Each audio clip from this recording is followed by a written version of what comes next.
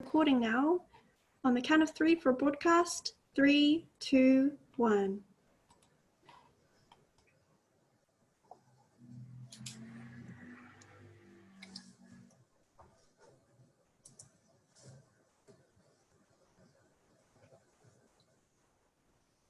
Hi everyone, welcome to the University of Sydney's Masterclasses. We'll just wait for everyone to join the session.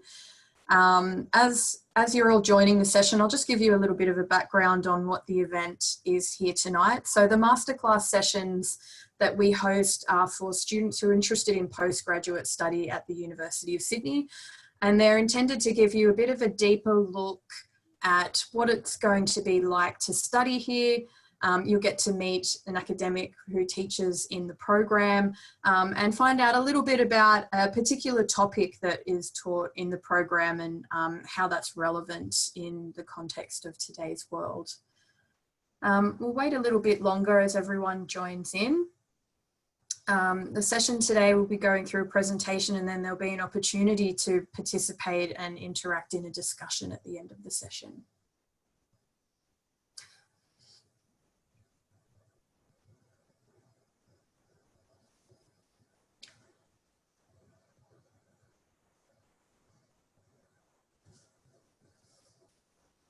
Just wait a couple more moments for the last few people to enter into the room, and then I'll introduce our speaker for this evening's masterclass.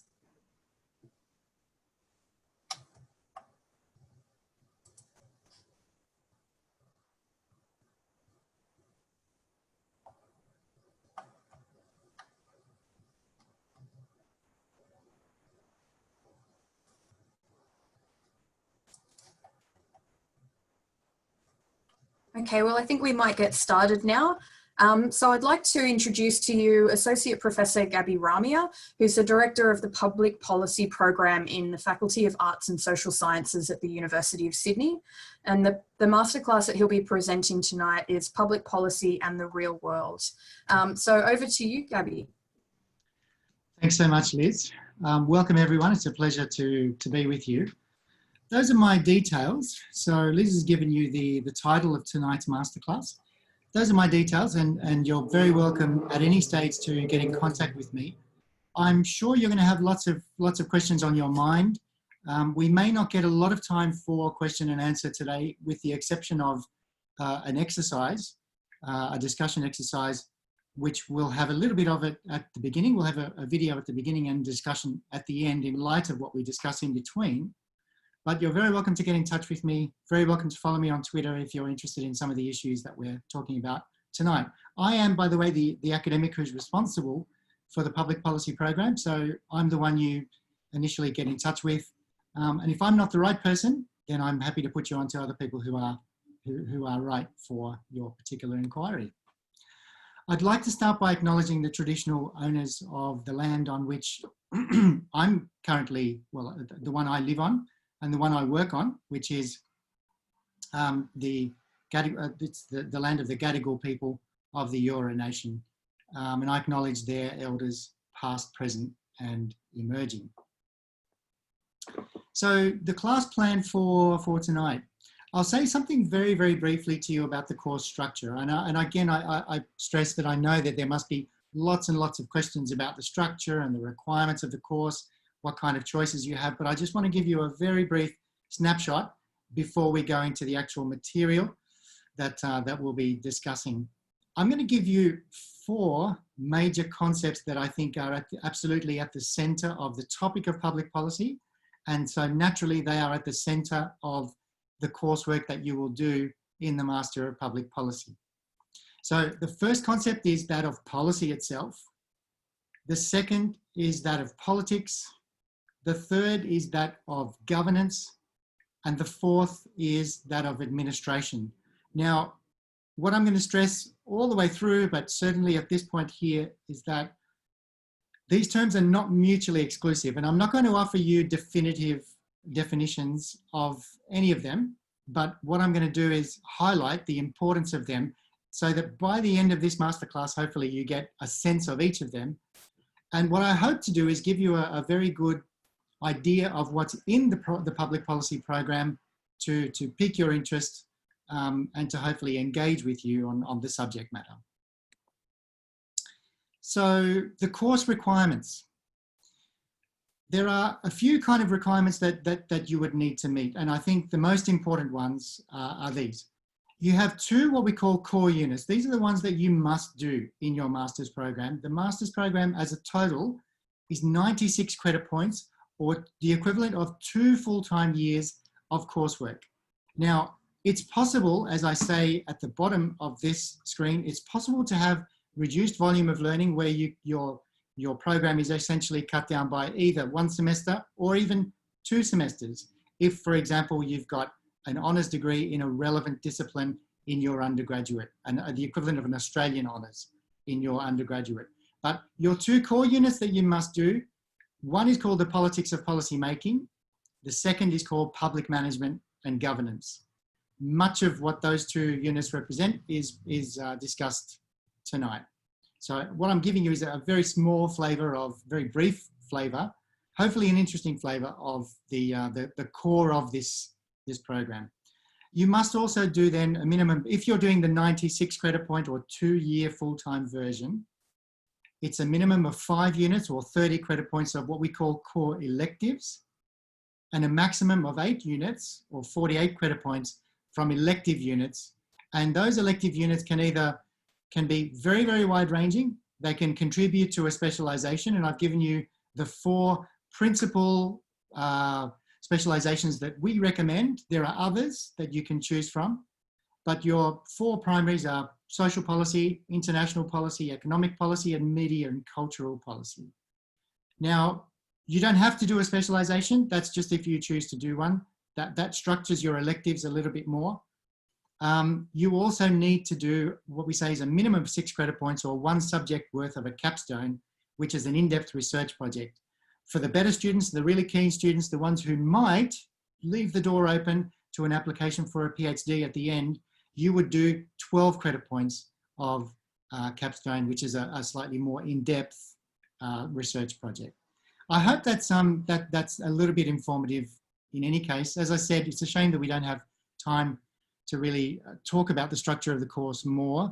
I would basically recommend to you, if you're really interested, to have those discussions. We do have a series of events during the year, and I'm sure we will have one early next year. Very briefly now, what I'm going to do is going to show you a 2-minute video, which is kind of going to structure quite a bit of our discussion. It certainly will, if not structure it, it will get us hopefully to see the relevance to what's going on around us right here and now. So I'm going to stop sharing that just for a moment, and I'm going to share this video, which is embedded in an article in The Guardian newspaper. Oops.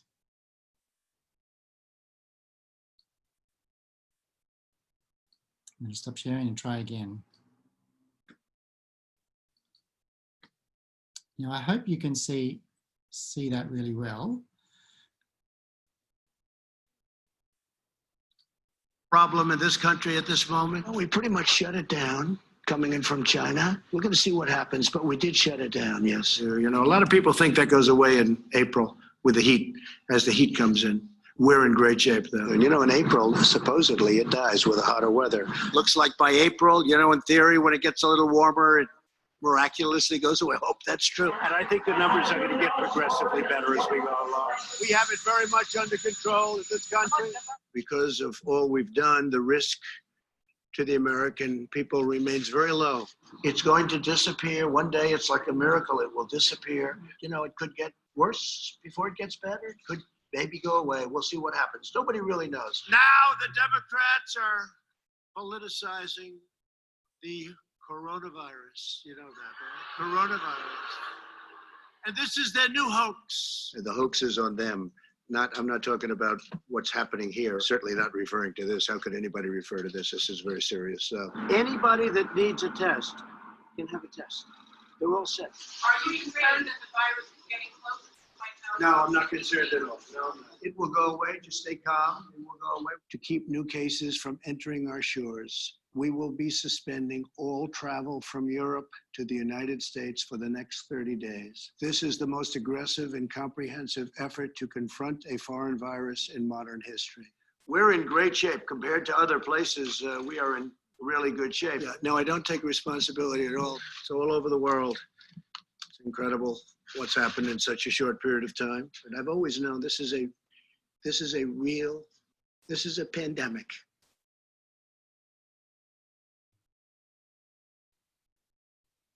Okay, I'm going to share my slides again now. So let's keep that particular video in mind. We'll come back to it at the end, but what I'm going to ask you at the end, in a brief sort of 10-minute masterclass discussion with you, at which point I'll ask you if you're comfortable to do so, to turn on your cameras.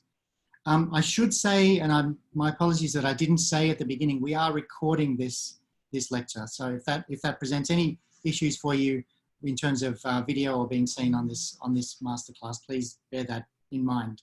So we're going to come back to that video just in terms of policy failure. And then we're going to, in the meantime, what we're going to do is we're going to discuss some policy principles that will help us interpret what's going wrong in the US response to COVID-19 on the back of some snippets of what President Trump, someone who is still President Trump, despite the fact that he is meant to leave office in January. So the question I'm going to ask you at the end is, what's gone wrong in the US policy response to COVID-19? In your answer, refer to our 4 central concepts that I've mentioned to you, and I'm going to discuss now. What we're going to look for is, at the very least, one failure in terms of each of those dimensions of public policy. So what is public policy? I'm going to try to be quick here, but not so quick that it loses its meaning and it becomes less easy to kind of put it all together. That might mean that I might skip a slide or two, but I hope that's okay with you. What I want to make sure is that what I say is comprehensive, but at the same time that there's not too much content and that it becomes a manageable sort of half hour from here, or a little bit less than half an hour. Just as I said, a snippet. So what's public policy? First of all, first thing to say, it's an ambiguous term. What is a policy is a really relevant question.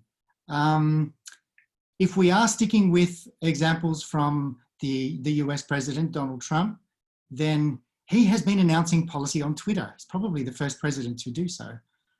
You could say, on some definitions, he is making policy on social media.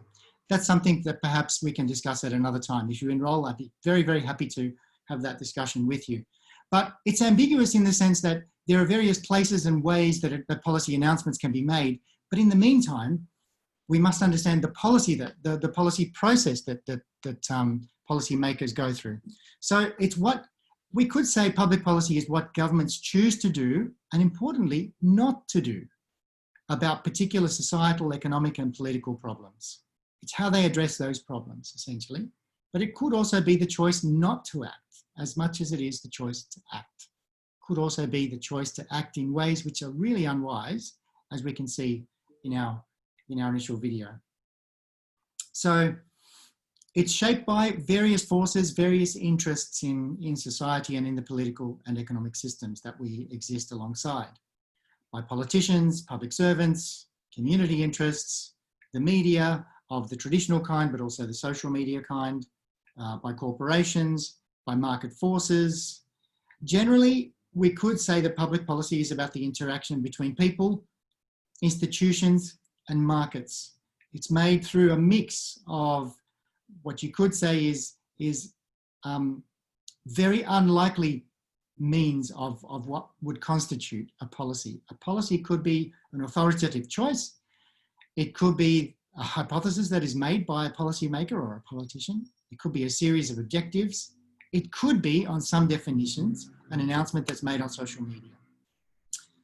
So, but look, in terms of making policy, what do we make policy through? What institutions are those that help us to understand the making of policy? And again, there's a lot more to discover through the course of the Masters in Public Policy. But most states or most countries or most national political systems are really governed by three sets of institutions or three main institutions. And one of them is the legislature, which essentially makes the laws that we're governed by, which is exercised by Parliament through the Houses of Parliament or the House of Parliament if you've got a unicameral system. There's also the executive, which administers and enforces the law. There we're talking about the government, the ministers, the administrative agencies of government. Then there's also, importantly, the judiciary. The judiciary is essentially the legal profession. It applies and interprets the laws on a case-by-case system. The guts of it is the courts system that helps to make the laws, which are then interpreted by other aspects of the state. Now, let me say that the best kind of democratic systems are the ones that neatly separate the legislature, the executive, and the judiciary. The US does this. It's probably a model for doing that.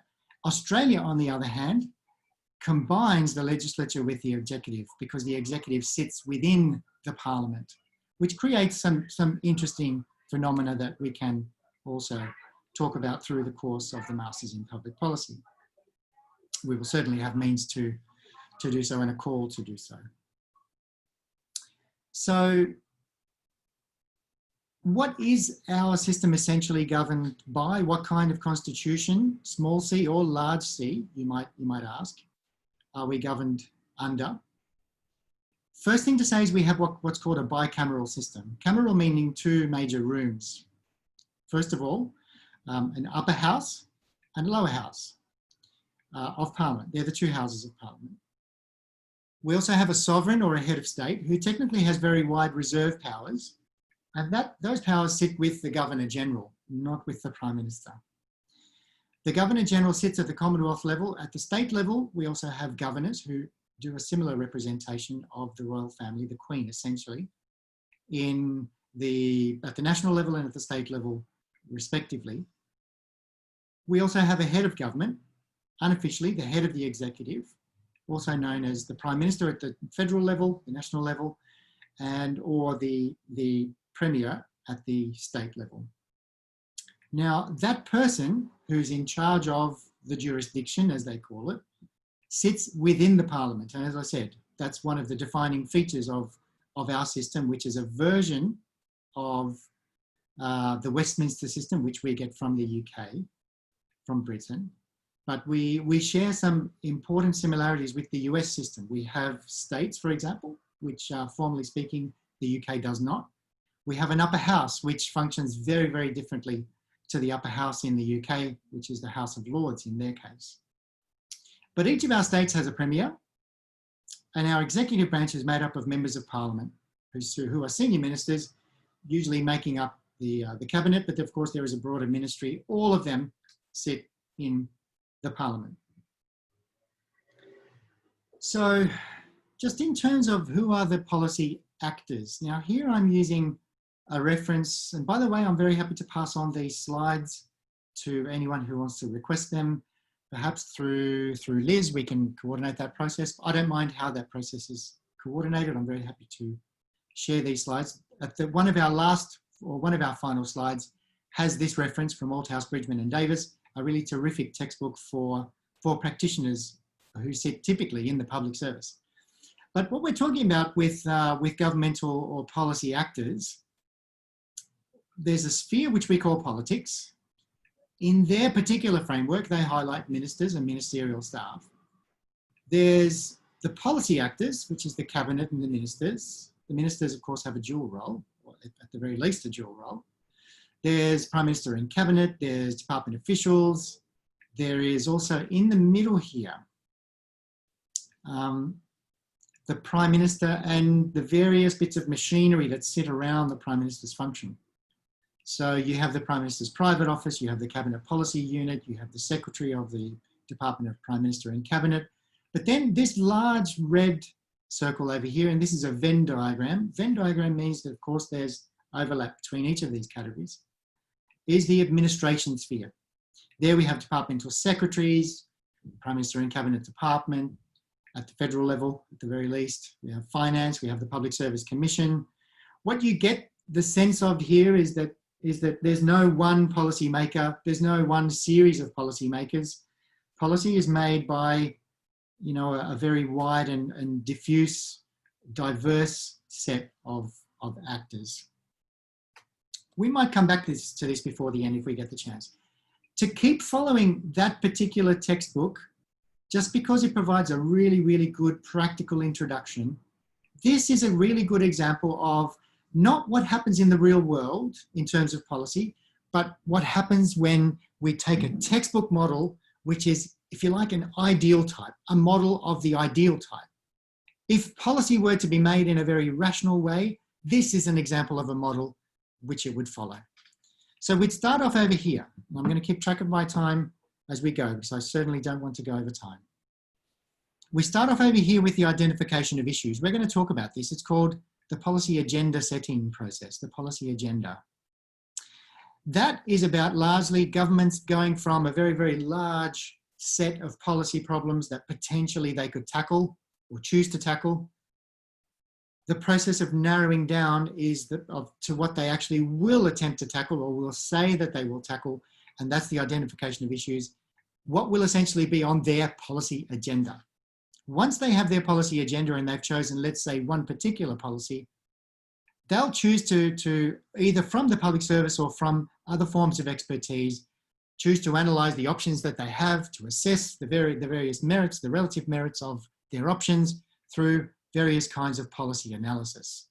Once they've done their policy analysis, they'll seek to choose their policy tools or their policy instrument. So, for example, will they choose a legal route? Will they choose legal instruments? Or will they choose an instrument called advocacy, where they'll seek to basically convince members of the public or the public at large of what they're doing? Will they choose the taxation instrument? Will there be economic policy instruments? There are various kinds of generic and also very specific policy instruments that we learn about in the first core unit, policy making unit, which will be in your first semester of enrolment, or if not first, then the second. So after the instruments are chosen, governments, if they're doing their job well in a democracy, they will seek to consult with the right sections, if not the entire Australian community, if we're talking about Australia in this particular case. So there will be a consultative phase. There have been, over the years, the development of more and more sophisticated and open and transparent mechanisms for that kind of consultation. Good politicians, good governments offer good consultation. Now, that's not always the case. Consultation is not always genuine. Consultation is, of course, like everything else in policy making, heavily politicised. But again, we will deal a lot with that through the course of the Masters. Once the consultation has taken place, that's a really good time to organise the public service through a coordination process to look at what particular departments or agencies, departments and agencies will work on this particular policy and what will they deliver and how will they deliver that product or that series of products to the making of a decision. And when we discuss this in the course, we're not simply talking about the announcement, which typically you might think is on the news. There are various institutions of decision making, ways of making decisions that are very much embedded in policy concepts. Once the decision is made and announced, then there'll be an implementation phase where they're basically seeking to put the policy into practice. After they've done that, then they'll seek, if they're doing their job, if we're on an ideal type model, to evaluate that policy. Once they've evaluated that policy, that provides a good basis to come back to the identification of issues, because we're starting a new policy process if we're doing our job really well as policymakers there. All right. So what we've done fairly quickly there, without problematizing some of the political issues and the political constraints that policymakers face, is basically what we've got is a very simplified model of how policy is made. Now, even that simplified model, I hope you'll agree with me, is not really available, it's not really accessible to the wider public. You'd have to read, you'd have to study it to appreciate it in its full, to the fullest. Now, taking ourselves from the concept of policy to the concept of governance. Consider the other policy actors that impact upon policy and policy decisions. So first of all, we can talk about what some call or refer to as the third sector, and some refer to as civil society. Civil society is that sector of society that sits somewhere between the market on the one hand, where corporations and consumers sit, and governmental circles on the other hand, which is where the state sphere is. This is everything in between. It's the collection of communities, of non-profit organisations, of community-based organisations and their representatives in political and social movements, everything that's not the market and not the state. We need a governance perspective in order to be able to understand that role and how it interacts with the state and with the market. We also can be talking about the media, the traditional media, the mainstream media, but also these days we talk much, much more about the influence of social media. Media these days is much, much more complex a set of institutions than it once was. We also talk about the market, and we also talk, if we use this kind of framework that I've been taking you through, we also talk about the interaction between politics, policy, and administration. According to that Althouse et al. Textbook, I would add the concept there of, as we are here, the concept of governance. Speaking of governance, what do we really mean by that? There's various takes that we can give to that, and we will offer a discussion of various different ways of viewing the concept of governance, how it works, what situations it might work well, what situations it doesn't, and its importance to policymakers. Now, I put it to you that the best way of understanding governance as opposed to policy is about what governments do in interaction with other parties, but it's essentially about the decisions that governments take. Governance gives us a way to decentralize that process. It's about the interaction between the state, civil society, and the market. And the interaction between these three gives us governance. Some will say, well, really that's a concept of public governance, but think of this. If you've got the state, that's really where we're dealing with public governance. If you've got civil society, then we're talking about organizational governance, for example, or the governance of community movements. If you're talking about the market, we can be talking about corporate governance. Public governance also is used as a concept to capture all of that, but let's try to understand that in simple terms as the concept of governance, the interaction between those three parties, those three sets of institutions, the state, civil society, and the market. Let's think about politics now in a slightly more formal way and in a slightly less simple and obvious way. So the video which I showed you at the beginning, of course, that's politics. That's one way we can understand politics. But understanding politics means having many, many more principles than simply understanding the decisions, or even if they be the poor decisions of leaders, whether they be world leaders or senior officials in the governments in whatever country. So what is the policy agenda? The policy agenda, as I said in the beginning, is the process that governments go through to arrive at that relatively small number of issues that they choose to deal with as a government. Usually, they announce their policy agenda shortly after being elected to government in democratic systems. But it could be potentially any one of a number of thousands and thousands of issues potentially. But it essentially represents the narrowing of those issues from those thousands and thousands to a more manageable number of issues which the government, as I said, chooses to focus on. How does it do that narrowing down process? First of all, it thinks about its issue drivers. So it thinks about the economy, media of various kinds, the opinion polls, shifts in law, changes in technology, and all the rest of it. Demographic developments within society.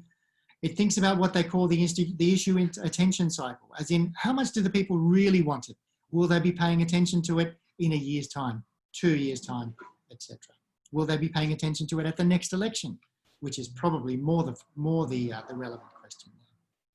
They also deal with wicked problems in their agenda setting process. That is, the problems that have no particularly easy solution without major trade-offs.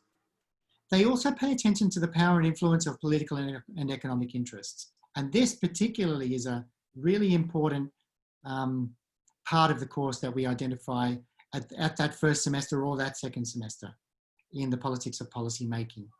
That is, how do we understand the power and influence of political and economic interests? Let me very briefly, and I say very briefly here because I don't want to spend too much time.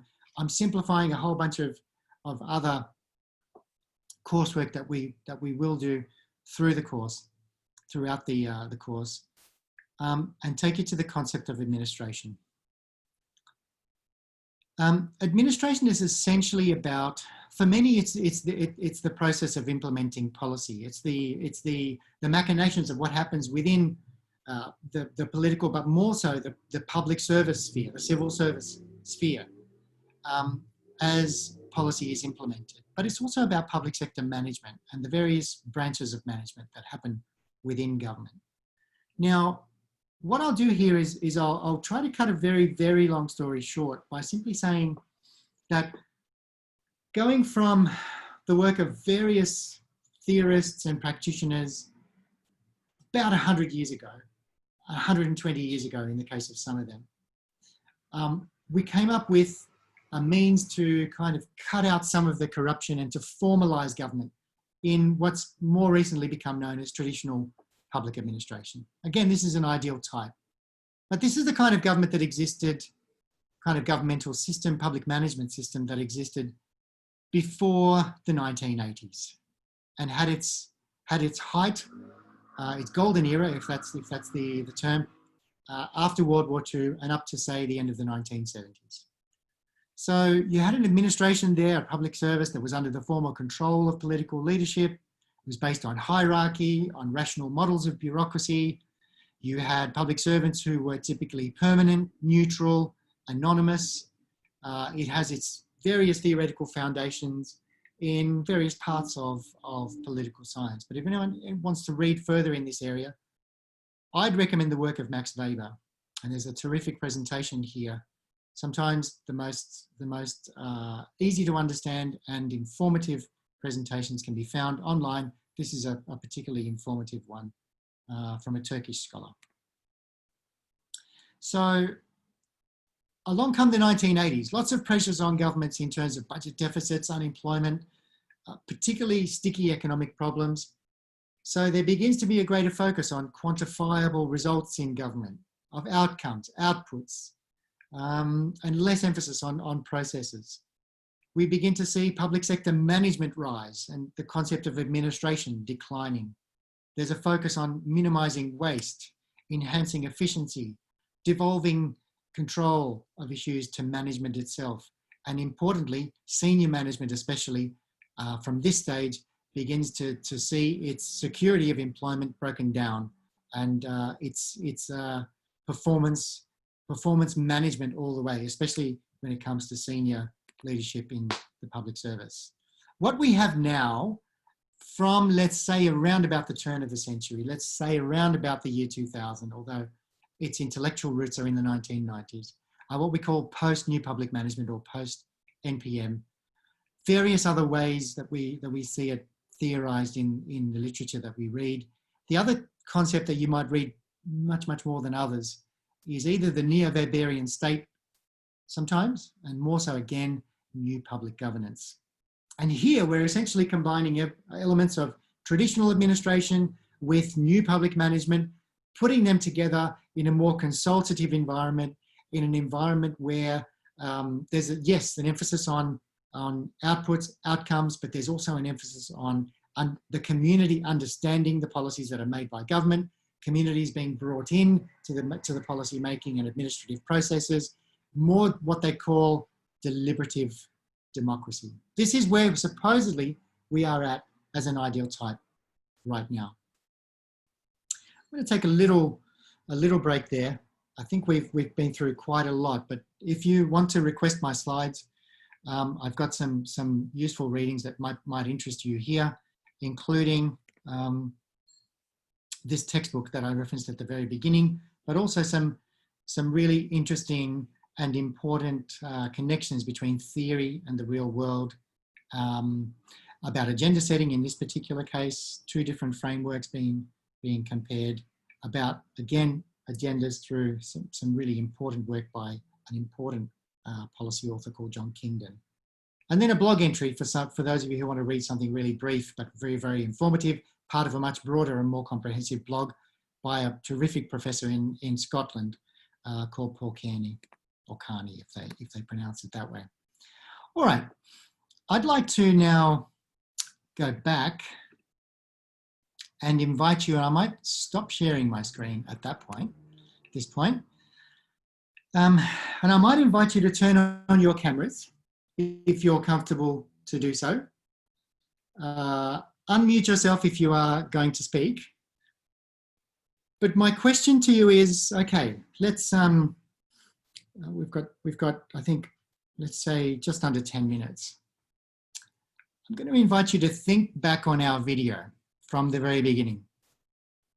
Now, what you saw there was a great deal of policy failure, a great deal of policy fumbling. It's not going to surprise you. You all watch the news. You all know the controversies that are raised by the presidency of the United States. Now, that president is on his way out, we hope, without a coup, without major disruption to the democracy of the United States. But let me ask you a question here. Given all of what we've discussed, can you come back at me and just give me an idea of what the sources of failure are in terms of, by referencing what we've been discussing, in terms of policy, in terms of governance, in terms of administration, and in terms of politics? Who'd like to start us off? And please remember, if you speak, please unmute yourself.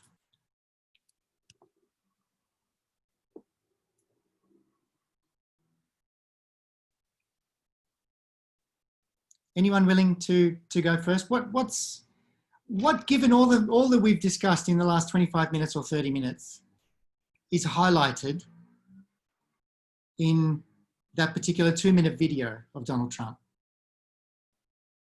What's missing? Please unmute yourself. I couldn't hear any policy. No policy. Okay. So there's an absence of actual policy announcement. Is that? Yes, yeah. There's an absence of actual policy. I guess that's to begin with. Okay. Let me put it to you that there's probably not an absence of policy. There's actually quite conscious policy in there. It's just been announced in a way that doesn't sound like policy, because we go back to our initial definition of policy. Policy making is about choosing to do something or not to do something. We could be talking about choosing not to do something, or in fact, what he's choosing to do is essentially very minimalist. But when faced with a pandemic, minimalism is not going to cut it, right? We know this. But the politics is very present, isn't it? If the policy is absent, or relatively absent, certainly the politics is there. But what else highlights the politics? It's not just the announcements of the president.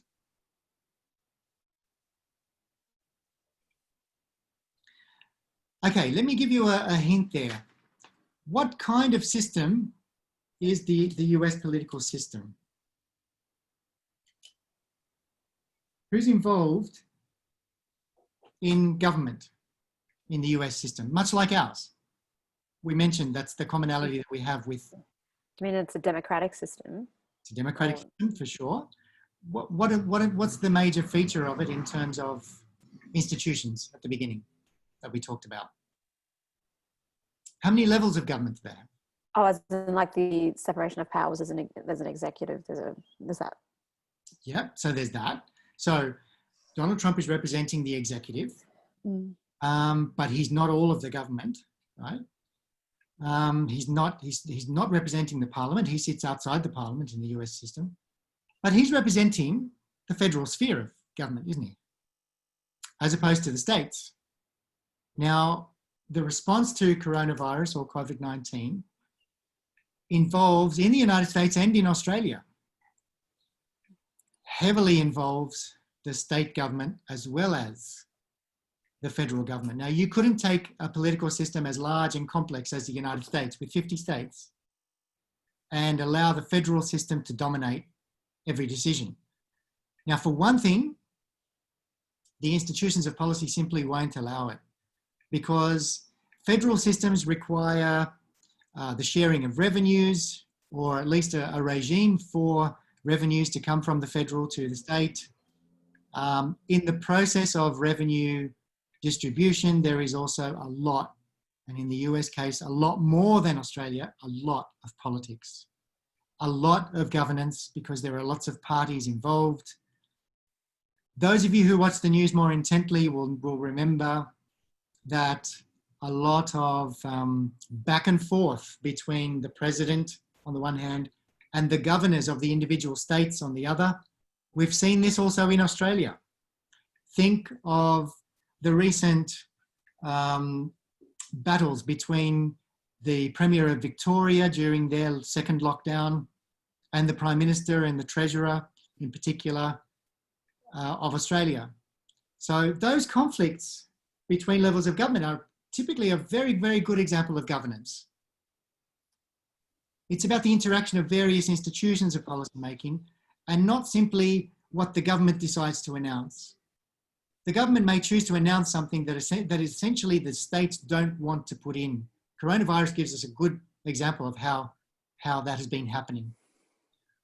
What can we say also on the back of if we're continuing with an example based on COVID-19,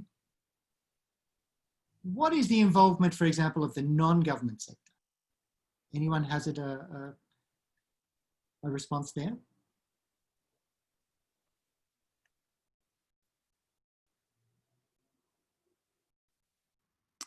In President Trump's speech, there was a complete lack of, I've actually missed the beginning, so unless I missed something early on, there was a complete absence of any reference to any scientific information in his deliberations on all his policy announcements. Indeed. And that's one of the real weaknesses of policy that we find, not just in relation to COVID-19, but of course, especially in relation to the response to climate change. Thank you for that. I can add one more thing. There was also a significant amount of wishful thinking. Indeed. As we know, has not got him very far.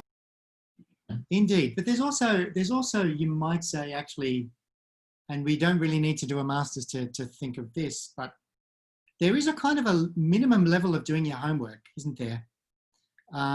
Just sort of making guesses at the course of a pandemic back in February and saying, well, it might just dip. We might end up at zero, but we might not. It's just no way to make policy. We've got to listen to the experts. In Australia, we've been very, very good at listening to the experts, which is, I must say, uncharacteristic of our government, this particular government, when you compare it to the response to climate change, where the scientific professions, the relevant scientific professions, have been advising much more decisive and quicker action. Suddenly, we're faced with a pandemic, and we're faced with, and again, this is an agenda-setting kind of concept, we're faced with a pandemic that has forced its way onto the policy agenda, hasn't it? So there was no need really for other policy interests, economic or political interests, to kind of push that issue. It was quite simply that we had an emergency. It's what the economists refer to as an exogenous development. It didn't need anyone to push it. It happened, and it was something that crossed national borders. It was something that gave us a shock. Now it made its way in. We in Australia have states like the United States, but we have a different kind of federation that operates differently. So we have much more room for cooperation, relatively speaking. Some of the battles between our premiers, for example, in opening states, state borders to each other, is one typical point where the federal sphere wanted us to open much more quickly in many cases. But in the US, that's a much more exacerbated problem, isn't it? Because we've got so many more states, so many more governors to deal with, Some of those governors are on a similar side of politics to the president. Some of them are not. If they're not, then they've got a natural cause for conflict there. Even if they are, many Republicans are simply not big fans of the president. And to some extent, there are those Republicans who are pro-Trump and those many other Republicans who are anti-Trump. There are also the very, very complex revenue distribution mechanisms that exist in the United States, which are heavily legalistic. They differ between states. They can curry political favour or not, depending on how well the state government gets along with the federal government. So many, many factors come in here, but let me come back to the question of non-government interests. So, okay, we've got the professions, let's say the scientists, and yes, they're absolutely relevant and key to this example, but what other kind of non-government interests might be there? What organisations that are community-based might be involved in the coronavirus response?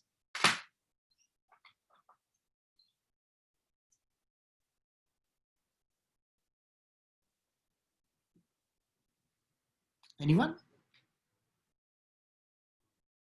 So there's an enormous range of community organisations that advocate directly with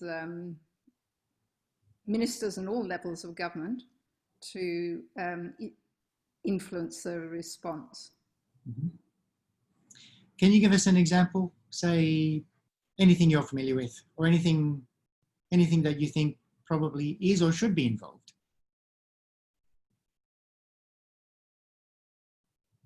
I'll give you an example of which was not an organisation, it was actually a personal response that 2 to 3 months ago, when our board had just shut to Victoria, and our Premier took the policy line of the track and trace. I was very concerned that actually might not be effective enough, and had seen what was happening in Victoria and most definitely did not want that to happen here. So I just wrote a letter directly to the Premier putting my thoughts and actually at the time requesting that we lock down. Because I'm very much in favour of lockdown to stop the pandemic. Now, I guess a good example of many other levels of organisation that are involved there are the organisations which are very pro-business, which some of which take the opposite view and very much want the country to open and states to open up, not lock down. So I'm quite sure a lot of them were writing from the opposite perspective. And that's whole policy development on the fly, if you like, because as we have seen that ministers have been very, or at times responsive and other times not responsive to the many pressures they've been under. That whole development has been very interesting as we've gone through the pandemic. Indeed. Can I ask you, when you say you wrote to the Prime Minister, you were saying? To Gladys Berejiklian. Oh, the Premier, okay. And CC'd my local state minister. Terrific. Did you do that in an individual capacity or an organisational capacity? Very much in an individual capacity. I work for local government, so this was very much my personal perspective, not anything to do with, not influenced by my employer or anyone else. Mm-hmm. So I had to make that actually quite clear because of working for government. So that was just, and I'm glad to say I have to admit that in the event I appear to have been proved wrong. So I'm actually very happy about that. We seem to have, to date, come through fairly well using the track and trace method and not having to lock down again. So I'm actually very happy to report I was wrong. I must say I shared your concern at the time. I was also thinking that it's only a matter of time before we get something of the magnitude that they had in Melbourne. There are some key differences between New South Wales and Victoria, but I've got to say one of them is that it seems to be what's come up is that the track and trace system in New South Wales was actually very effective. More effective than I would have given it credit for, and certainly more effective than the Victorian equivalent. So I think that has been fantastic. And the other major difference that some of the policy authorities have pointed to is the difference in the level of competence within the health administration, the Department of Health and its various agencies in Victoria as opposed to New South Wales. I was again pleasantly surprised that New South Wales had better institutions than Victoria. Usually, quite often I find it's the other way around. But the Victorians were incredibly unlucky, I've got to say. Really, really unlucky. But to return to the question of non-government interests, let me give you a couple of examples of organisations that have been really, really important, and that if they weren't there, it might have actually prompted the federal government, at the very least, to make different decisions. So let me take to the example of temporary visa holders and the decision by the government early on in the lockdown not to offer assistance in terms of job seeker or job keeper or any of those packages, those financial packages, not to offer it to anyone who is not a permanent resident or citizen. Now, that was a conscious political decision, conscious policy decision.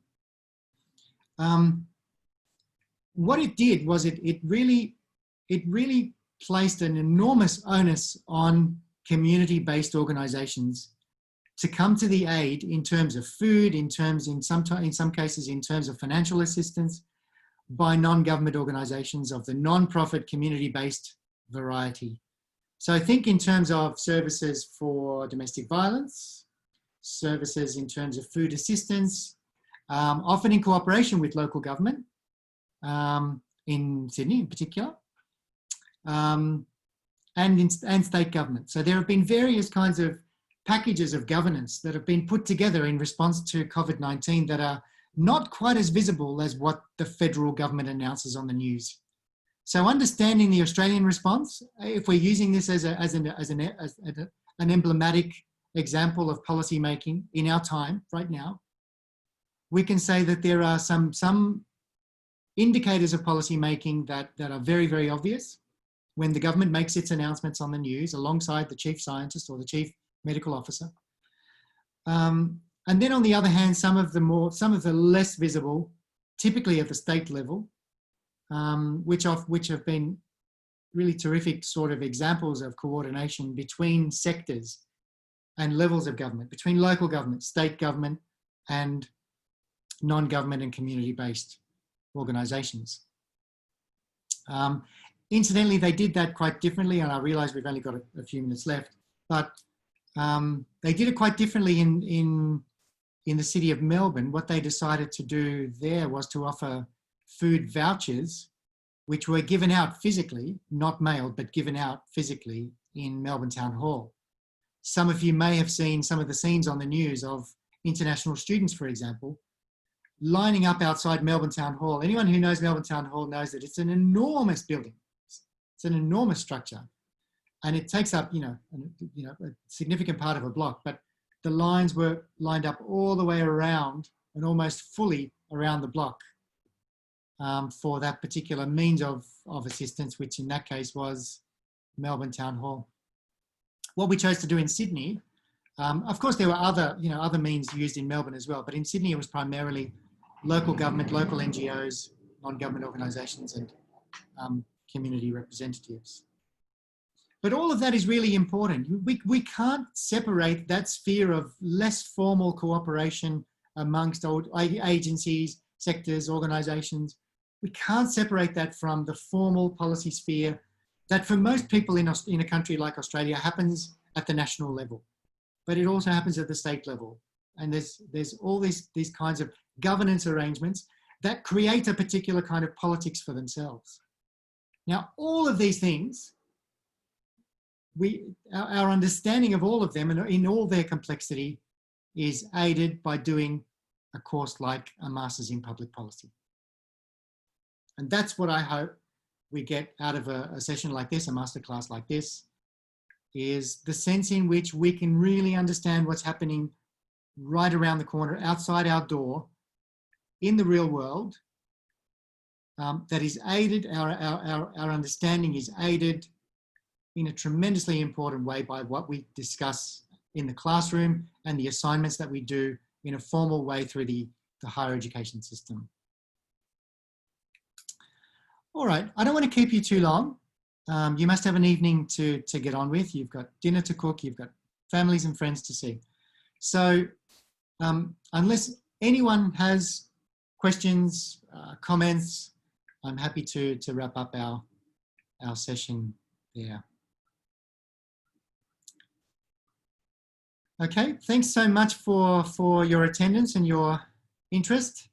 As I said, if you've got any questions about the course of whatever variety, do get in touch. I'm very happy to get back to you.